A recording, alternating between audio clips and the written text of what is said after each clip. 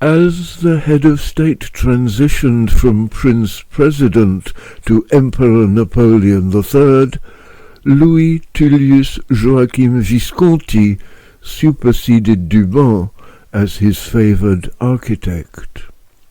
In February 1852 he was required to draw up plans for the junction of the two palaces.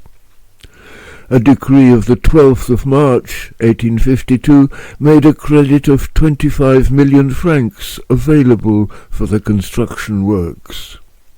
By the beginning of May, the plans were ready and approved. The work was to be completed in 5 years. This painting by Ange Tissier, which depicts Visconti showing his plans to the emperor, dates from 1866. In May 1852, Louis Napoleon was not yet emperor. The first stone was blessed and laid on the 25th of July 1852 on the site of what was to be the library pavilion on the Rue de Rivoli. In 1852, the July the 28th number of the magazine L'Illustration, which carries a report of this event, also shows a bird's-eye view of what the finished building would look like. The English magazine The Builder of March the 11th, 1854, presents a similar view. Here is another print with the buildings viewed from a slightly different angle. L'Illustration also gives a plan of the future building with a key to its different parts.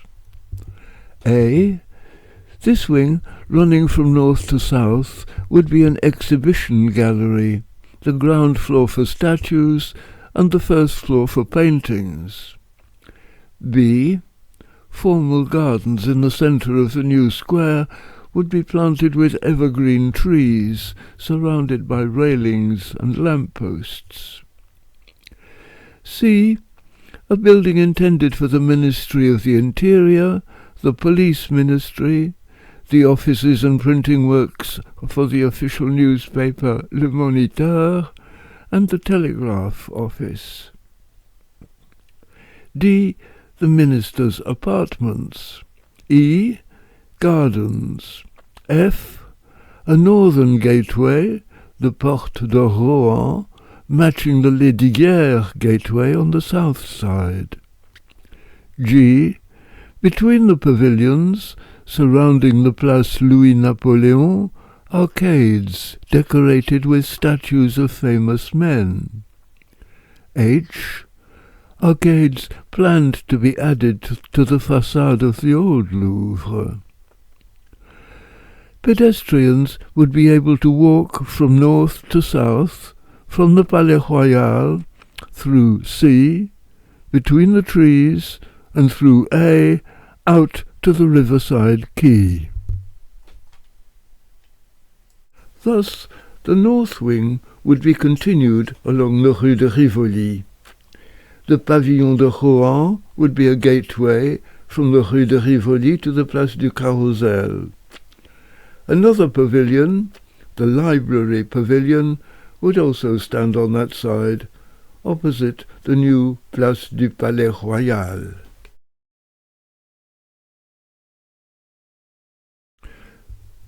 Three pavilions would mark where the inner north wing was joined to the outer north wing. They would eventually be named after Turgot, minister under Louis XVI, Richelieu, minister under Louis XIII, and Colbert, minister under Louis XIV. Symmetrically, on the south side, the three equivalent pavilions would be named after Napoleonic notables: Molien, finance minister to Napoleon I, Denon, director of the Louvre Museum under Napoleon I, Daru, chief commissary for the army under Napoleon I. The 4 outer pavilions would have identical basic structures. Both facades of the corner pavilions would be similar. The 2 central pavilions, facing each other, would also be symmetrical. A drawing by Visconti shows what he wanted his new wings to look like.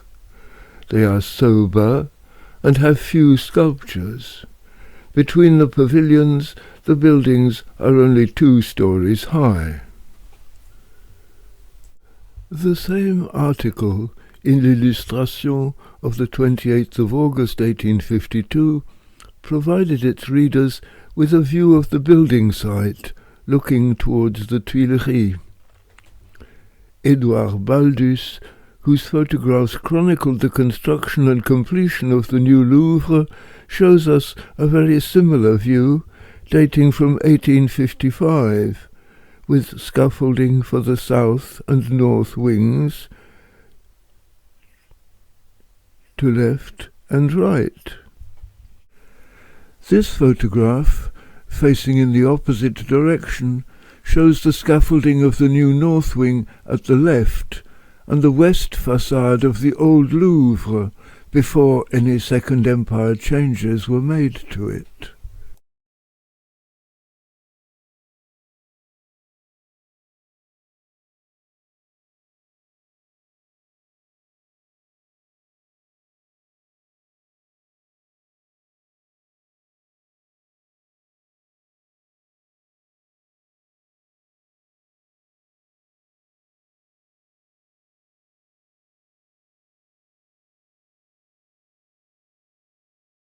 But then, on the 29th of December 1853, returning in his carriage from the building site, Visconti suddenly died of apoplexy. He was buried with his father in the Père Lachaise cemetery. His successor was Hector Martin Le Fuel, who is said to have come to the emperor's attention with his design for the new theatre at the Château de Fontainebleau. Modern colour photographs of the restored Imperial Theatre at Fontainebleau help to show how Le Fuel's sumptuous and florid architectural style appealed to the new emperor's taste for magnificence. Visconti's vision of his new wings matched the plain style of the wing of the old Louvre which they framed. We can compare what Visconti intended with what Le Fuel built, recorded by Baldus's contemporary photographs as well as by modern ones. On the ground floor of the Pavillon de Rouen, Visconti appears simply to have 2 flat pilasters on each side. Le Fuel has had the stonework rusticated. The archway is capped with a capital N. The spandrels contain sculpted female figures with trumpets. The pilasters support a balcony absent from Visconti's drawing. On the first floor, Visconti seems to have 2 pilasters identical to those on the ground floor. They support a curvilinear pediment containing sculptures. Le Fuel's first floor pilasters, rising from the balcony, are fluted and have Corinthian capitals, echoing the similar pilasters in the colossal order to the left of the photograph. Between them and the window's lightly carved frame, sculpted vertical bands of fruit and foliage hang from a lion's mouth. The pilasters support panels carved with the letter N, which in turn support a broken curvilinear pediment. Above Visconti's pediment is an entablature under a steeply sloped roof flattened on top. In the middle third of the entablature, in front of the slate roof, there is a stone decoration shaped like a dormer window, comprising 2 columns under a curvilinear pediment. It is not clear whether this frames a bullseye window or a sculpture. Le Fuel retains the steep slate roof, but his quadruple pediment rises from the first floor nearly to the summit of the roof, which is also flanked by 2 tall chimneys. From the middle of Le Fuel's broken pediment over the balcony, between stone volutes and masks, a plinth arises, containing a circular carved window. This plinth is topped by a semicircular pediment topped with the crowned letter N. This pediment has flat edges, each supporting a carved cupid holding a palm frond. These cupids appear to carry on their wings another curvilinear broken pediment. Between the curves, which break into volutes, another pedestal arises, upon which sits an allegorical figure of France. Standing behind the lowest pediment, at each end, twin fluted Corinthian columns rise to the level of France's midriff. They carry architraves carved with the letter N under a curved pediment. This pediment is broken at the bottom, and within it, seated at each side, are allegorical figures of labour and knowledge, whose feet are at the level of France's shoulders. Above France, and between knowledge and labour, is the imperial coat of arms. Whether the design of this extravaganza is the work of the sculptor Georges Diebold or the architect Le Fuel, it is clearly unclassical in style. To crown it all, on the flat top of the sloping roof is a tall lantern, decorated with gilded ends and topped with a gilded weather vane. The Rue de Rivoli side of the Rouen pavilion is marked out by vertical bands of rustication from the rest of the wing, which extends eastwards from the Pavillon de Marsan. The Rouen pavilion itself, and 3 bays each side of it, have an attic story instead of dormer windows. The decoration is sober. Apart from some carving at the attic level, it consists of statues in niches at regular intervals along the plain walls. 8 statues of generals and marshals of the First Empire surround the pavilion. They all date from the Second Empire, from 1854 to 1856, except for Marshal Ney, who dates from 1869. Many of the other statues along that wing were put up in the early 20th century. Between the pavilions on the courtyard side, Visconti's drawing has an arcaded ground floor topped with a balustrade. On the first floor, tall windows rise under alternating triangular and curvilinear pediments. Above that are another balustrade and a sloping roof. Le Fuel removes the balustrade above the ground floor, replacing it with standing statues of historical personages over each column of the arcade. His first-floor windows all have triangular pediments.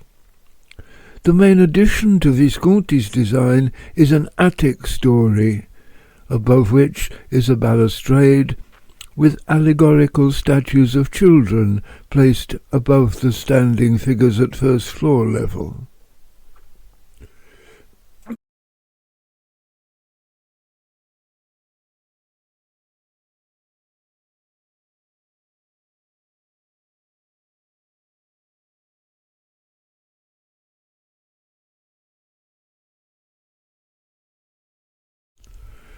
Le Fuel also enriched Visconti's design for the Pavillon Turgot, which stands at the corner where the Place Napoleon meets the Place du Carrousel.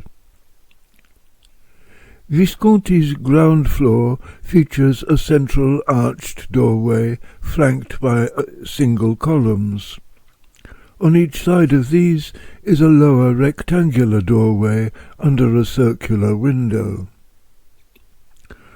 Le Fuel has emphasized the central doorway by flanking it with pairs of columns and by slightly reducing the height of the side doorways. This shortening leaves more room for the carvings in the style of Jean Goujon, which surround the bull's-eye windows above them. Other flat surfaces are adorned with carved foliage.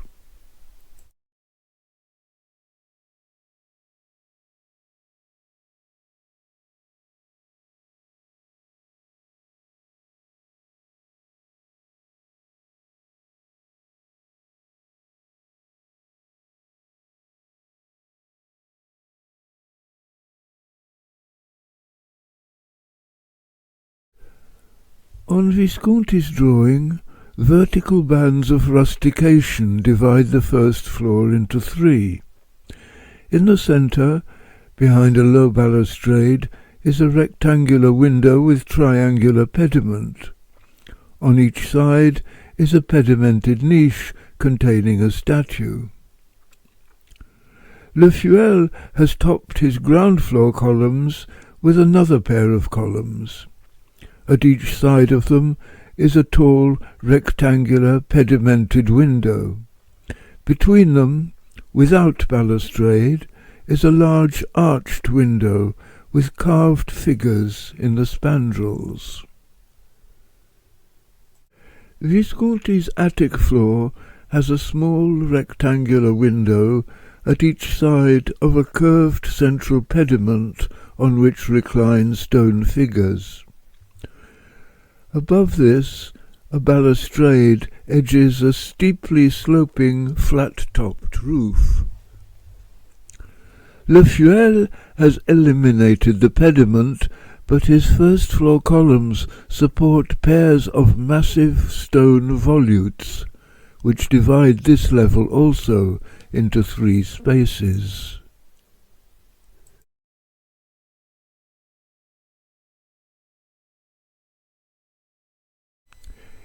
Each of these spaces contains a small window, its curved top crowned with a mask.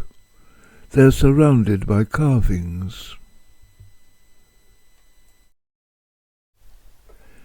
Visconti's plain slate roof is hidden in Le Fuel's design by a wealth of carved stonework.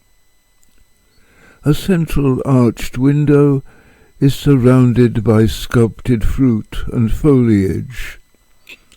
At its sides are a pair of caryatids by Eugène Guillaume.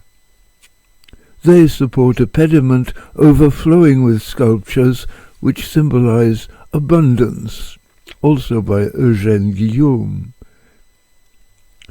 Also worth noticing is the elaborate decoration at the corners and top of the actual roof. The sculpted stonework extends to the corners of the pavilion, where seated figures of religion and meditation by Jean-Marie Bonacieux look out over the courtyards.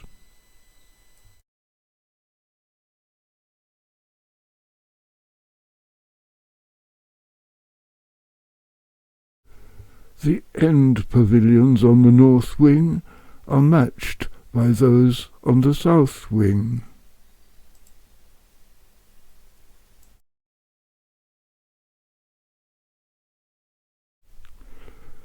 The two corner pavilions have 4 matching facades.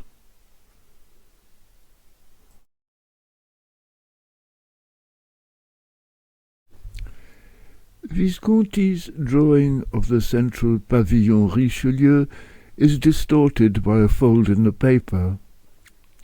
His ground floor design is similar to that of the pavillon Turgot and the 3 other end pavilions of the new wings. Rusticated corners, rectangular doors with circular windows above them, a central round-topped doorway, but this time with 2 columns on each side.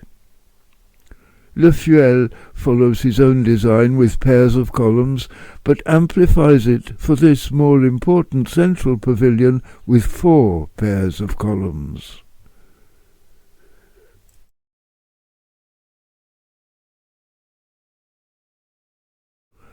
The central doorway has spandrels decorated with carved foliage. It leads to a passageway that goes straight through to the Rue de Rivoli entrance to the library pavilion opposite the Palais Royal. The sculptures round the circular windows are by Joseph Félon.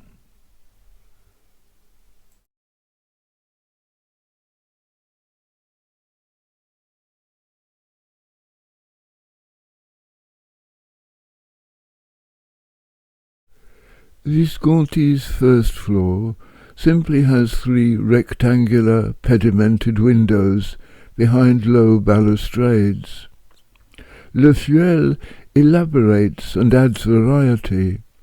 His 4 pairs of columns are repeated at this level. His large central window is arched, and the smaller side windows rectangular. The central window has carved allegorical figures of truth and history by Charles Le Bourg in the spandrels. Each of the side windows supports a sculpture of the goddess Diana's head between 2 dogs. At the next level, Le Fuel inserts a low, intermediate second story, matching the attic story of the wings on either side of the pavilion. The entablatures of the columns on the story below serve as plinths for sculptures.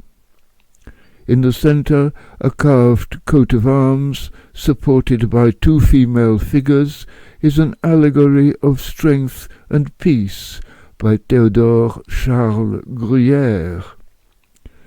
At each side of this are sculptures, on the left of peace and on the right of war, both by Antoine Louis Barye.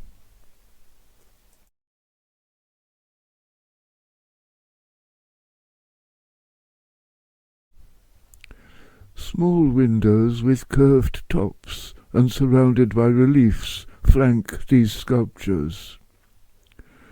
The outer columns of the story below support volutes, as on the corresponding level of the pavillon Turgot. These volutes appear in early photographs and prints. However, in a smaller number of 19th century images, instead of the volutes, sculpted figures appear, which are not listed in modern inventories of Louvre sculpture. The same unexplained anomaly appears in early images of the pavillon Denon, which symmetrically faces the pavillon Richelieu on the southern side of the Place Napoleon. An article by A.J. Dupaix, which appeared in l'Illustration of the 25th of April 1857, was highly critical of the hurried incoherence of the new Louvre. It explained that these pavilions were found to be so overpopulated with allegorical figures that some of the statues were replaced with volutes. One of the most shocking inventions of all those which mar these facades. Visconti's third-floor design has been followed closely by Le Fuel.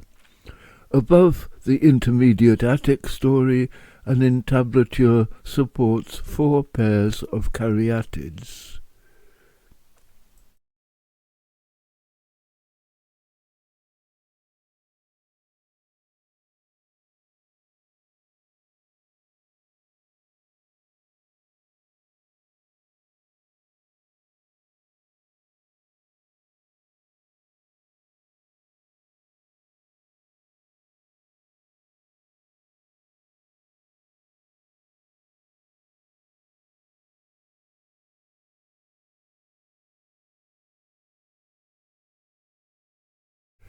Between the caryatids are 3 windows of equal size with semicircular tops and surrounded by relief carving.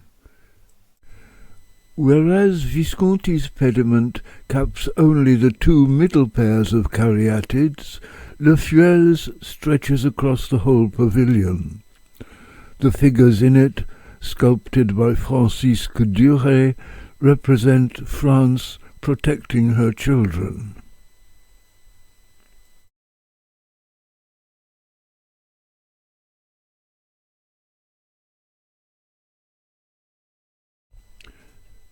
Behind and above the pediment, Visconti's square dome has become slightly more squat in Le Fuel's version.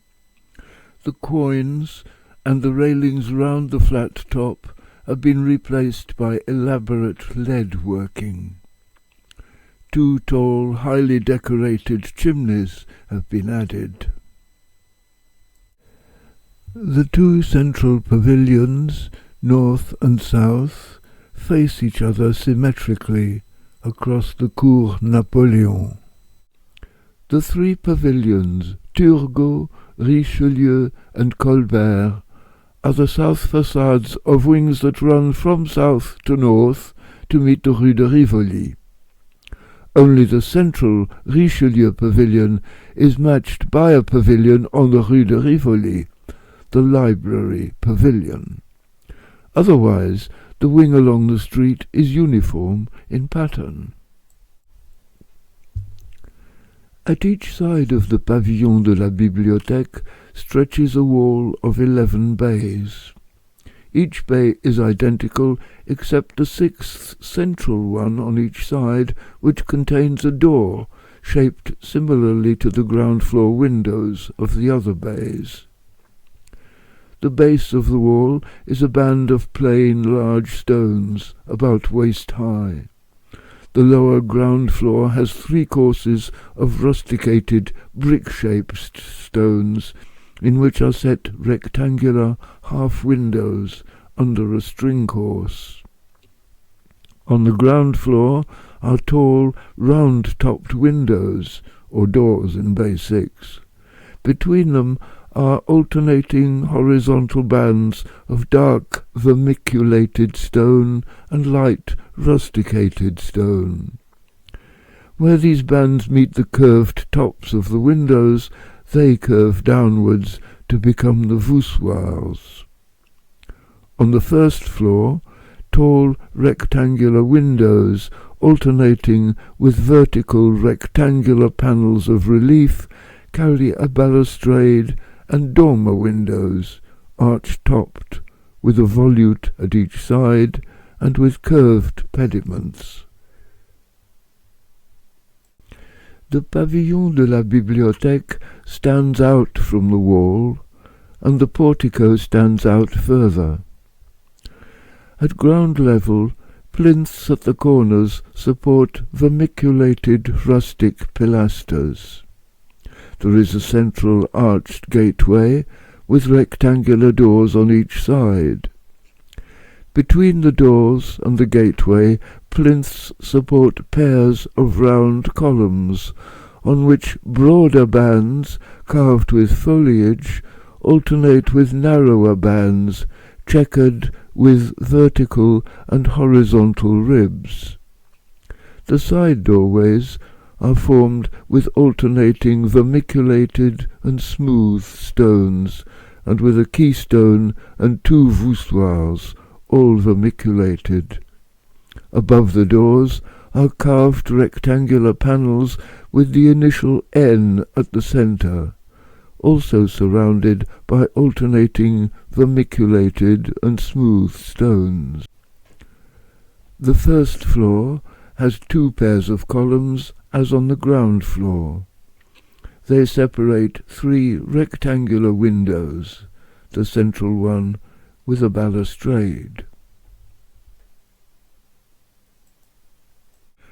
Above the columns, an entablature supports two pairs of caryatids on the second floor. The caryatids are by Astyanax Sevola Bosio. They separate three round-topped windows. Their keystones represent an N upon an imperial eagle. At each side of the windows, pilasters carved with foliage support a lintel above the keystone. The windows have balustrades. At the outer corners of the pavilion at this level are rectangular panels patterned with Napoleonic Bs and Ns.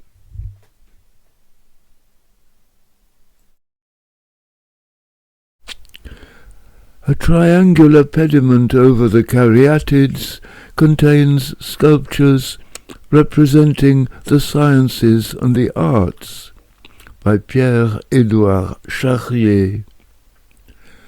Behind the pediment, the whole façade of the pavilion is topped with an entablature, the cornice of which presents a row of faces.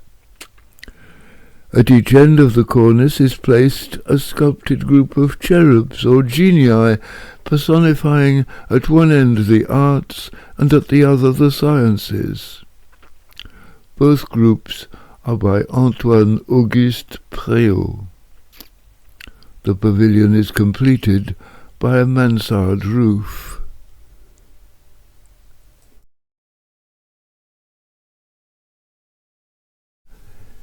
It is said that Le Fuel was so impressed by his American assistant, Richard Morris Hunt, that he entrusted work on the Pavillon de la Bibliothèque to him.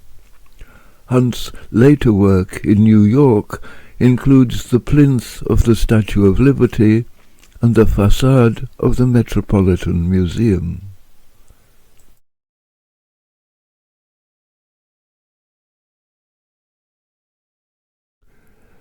The Lescaut wing of the Cour Carrée had always been richly decorated with sculptures. The 17th century pavilion and wing designed by Le Mercier were intended to match the earlier building, but most of the sculptural decoration had not been completed. The façades facing outwards, towards the Tuileries, and now, under the Second Empire facing out to the Place Napoleon, had always remained undecorated.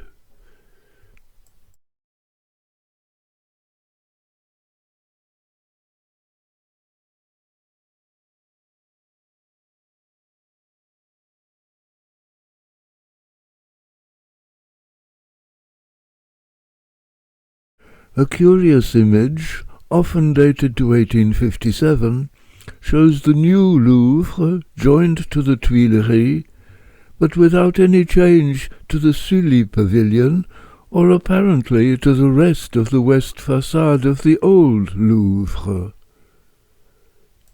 Visconti had already planned the addition of an arcade to echo that of the new Louvre wings. Le Fuel took this aim much further.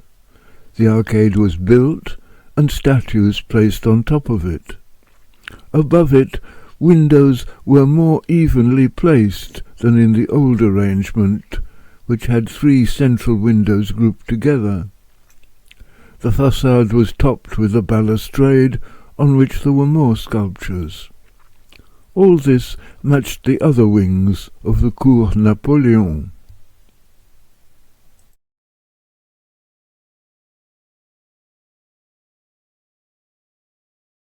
Between their pavilions, the façades of the new Louvre presented a flat surface. This was not the case with the façade of the old Louvre, which stood between them. Each side wing of this façade had at each end a bay projecting further westward. These bays were not equal in breadth or alike in fenestration. Lescaut's 16th century wing contained on the ground floor the Salle des Caryatides. At the northern end of this hall was the Henri II staircase. At the southern end of the Salle des Caryatides was a raised tribunal, with its west window in a curved embrasure.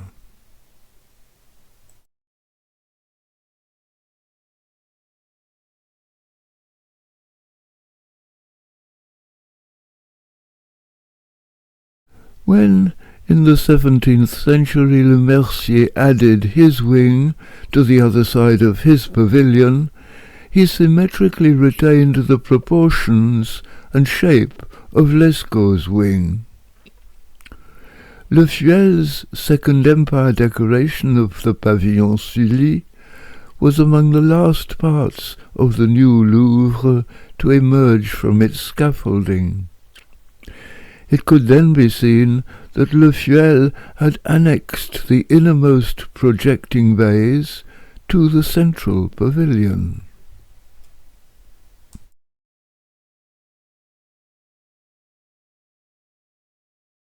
The pavilion thus rises from a ground floor of 5 bays, rather than the 3 which make up the central pavilions of the north and south wings to either side. The same architectural ingredients form these 5 bays: arched doorways and rectangular doorways with circular windows above. In the middle, an archway has at each side a freestanding marble pillar. Next are the rectangles with circles above. These 3 openings lead straight through to the Cour Carrée beyond.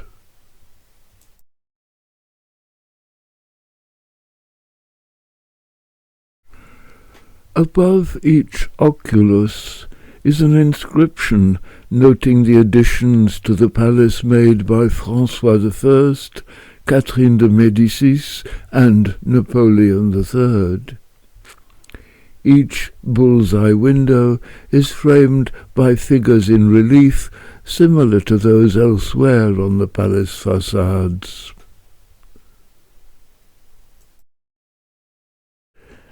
Separated by 2 fluted columns from the rectangular doorways are the 2 outer archways, closed at the base by a balustrade and revealing behind an elaborately adorned initial N.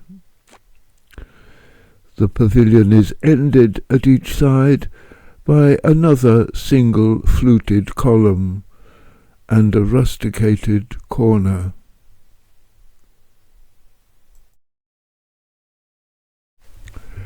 Five windows are the main features of the 5 first-floor bays. The central window is the widest and is arched, with carved figures in the spandrels.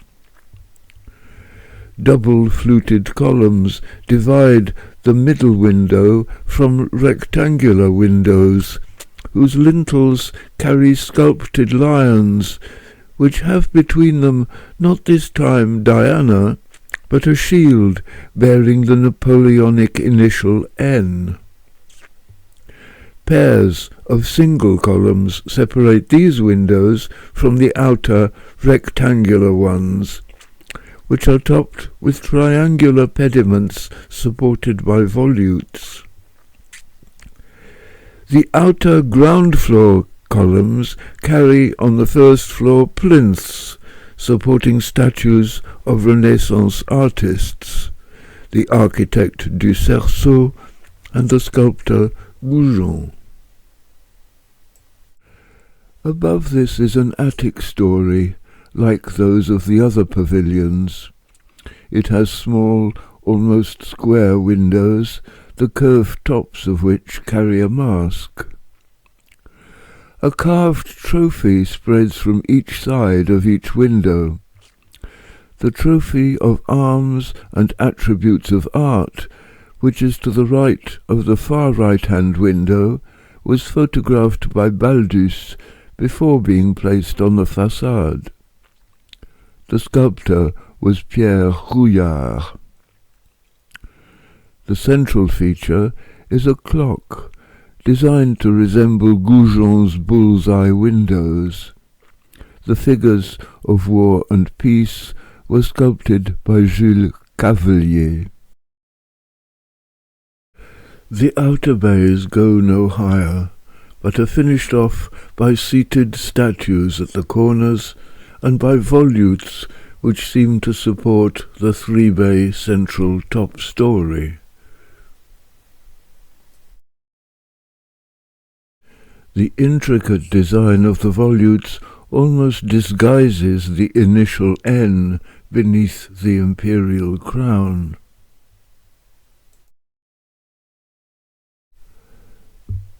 The statues, by Nanteuil, represent art and encouragement. They signify, of course, the emperor's encouragement of the arts.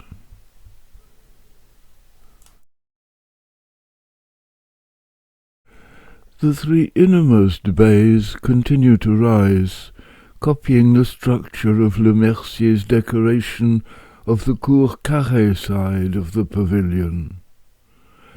4 pairs of caryatids, sculpted by Pierre-Charles Simard and Antoine-Louis Barry, separate 3 tall arched windows.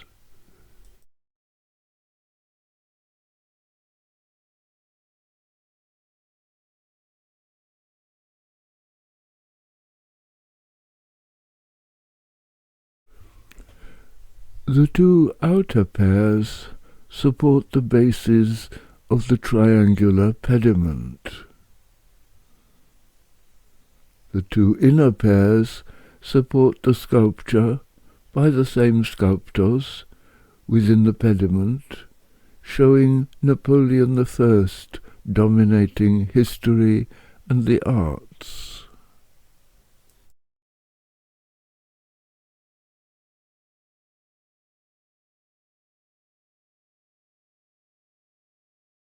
The pavilion is roofed by a square dome crowned with the usual fanciful leadwork. The completion of this pavilion in 1857 marks Le Fuel's realization, within the 5 years allotted, of Napoleon's new Louvre.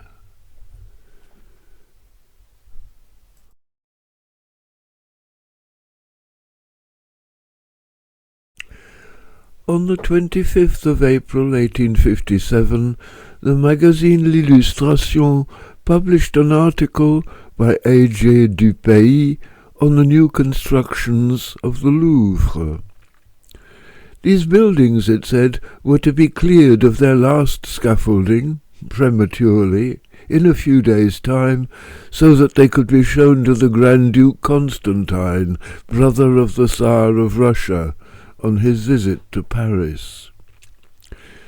The article was accompanied by 4 pictures which emphasized the magnificence of the combined palaces. The text drew attention to the vast size of the project and the rapidity of its execution. What the kings of Persia and the pharaohs of Egypt accomplished with slavery and whips, Greece with patriotism, Rome with political and administrative genius, the Middle Ages with faith, the present age accomplished with money.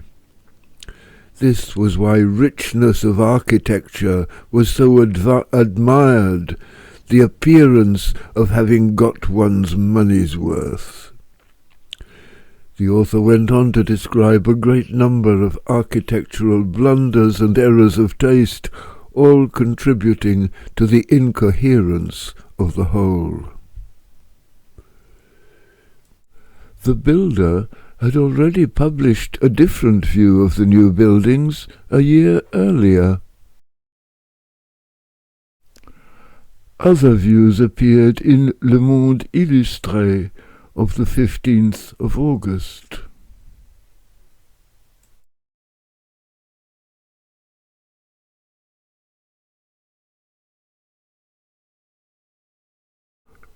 Also on the 15th of August, the Illustrated London News published the official programme of the inauguration of the Louvre, together with versions of images which had appeared in l'Illustration.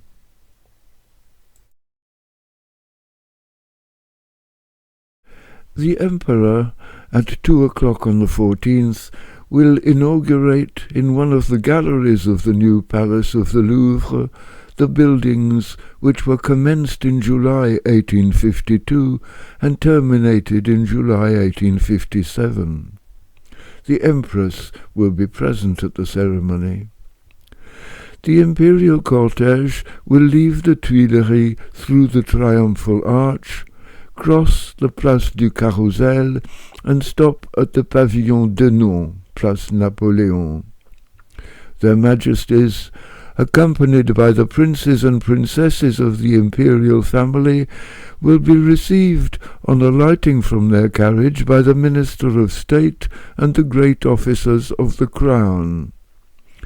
Their Majesties, with their cortege, will then proceed to the gallery where the ceremony is to take place, and when they have taken their seats on the throne, the Minister of State will name the persons on whom the Emperor may have deigned to confer recompenses on the occasion of the completion of the Louvre. After this ceremony, their Majesties will return to the palace of the Tuileries by the court of the Louvre, the Guichet de la Colonnade, the Rue de Rivoli, the Pavillon Richelieu, and the Place du Carrousel. The ministers, marshals, and admirals, as well as the ladies and the persons in uniform, will enter by the Pavillon d'Honneur, and the other persons not in uniform will enter by the Pavillon Mollien on the Place du Carrousel. The text adds, by a telegraph message from Paris dated Friday yesterday evening, we learn that the inauguration of the Louvre took place with the appointed ceremony. The Emperor stated in his speech that the monuments of a nation portrayed its history. He then congratulated the nation upon possession of political order that permitted the realization of a project which had occupied the contemplation of every dynasty in France. The fullest report of the inauguration was published on the 15th of August in Le Moniteur, the official newspaper and gazette of the Empire. This account was used as a source by many other periodicals, including the Illustrated London News on the 22nd of August, which also provided an image of the inaugural ceremony. Some interesting statistics are included in the report. The buildings were completed at the cost of 5 years' labour and 36 million francs. the labour of 154 statuaries and a host of ornamental sculptors had produced upwards of 1,500 details of sculpture. Le Moniteur added that the painters would soon have their turn, as the interior of the palace had not yet been decorated. There were not fewer than 3,600 workmen. In 1856, 313,272 man-hours were worked on the site, without counting locksmiths, carpenters, cabinet-makers, quarrymen, and carters who were employed elsewhere.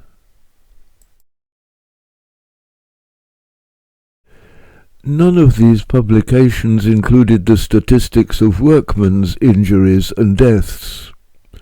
Le Moniteur records, of course, the deaths of the architect Visconti and the sculptor Simard, creator of the caryatids of the Pavillon de l'Horloge and the pediment of the Pavillon de Nau. It does not record that between July 1852 and the end of December 1853, 527 workers were injured and at least 9 killed. L'Illustration of the 22nd of August gives more details of the Salle des États in which the inauguration took place. It was accessed through the Pavillon de Nau. The unfinished vaulting of the staircase was disguised by a sort of tent of cotton twill. The walls of the gallery were draped in grey, under a false ceiling of painted canvas and unpolished glass. This simple decor was relieved with shields bearing the imperial coat of arms, and a display of Beauvais tapestries depicting episodes of the life of Don Quixote. These tapestries date from 1735 and were designed by Charles-Joseph Natoire. A set of 9 is now in the Tapestry Museum in Aix-en-Provence. The view of the ceremony shown in l'Illustration seems not to conform either to this description or to the image in the Illustrated London News. Both are presumably inaccurate artists' impressions.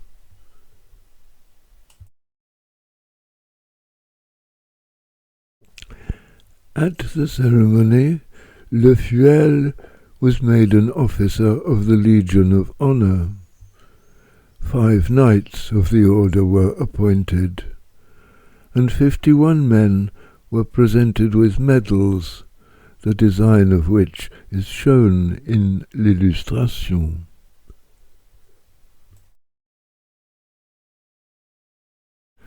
In the evening, at 7 o'clock, a banquet for 470 was served in the Salle des États. L'Illustration tells us the menu: tapioca soup, salmon, fillets of beef, chicken merengue, roast chicken, vegetable salads, dessert, Reims biscuits, champagne. The pink Reims biscuits, also known as champagne biscuits, were for dunking in the champagne. Notable among the guests was one female, the widow of a stonecutter killed on the building, who, to support her large family, took over her late husband's job. Le Moniteur stated that her co-workers love and respect her under the name of Jeannette. L'Illustration adds that Monsieur the Minister of State learnt this detail too late to give this noble woman the place of honour she deserved to occupy at his right.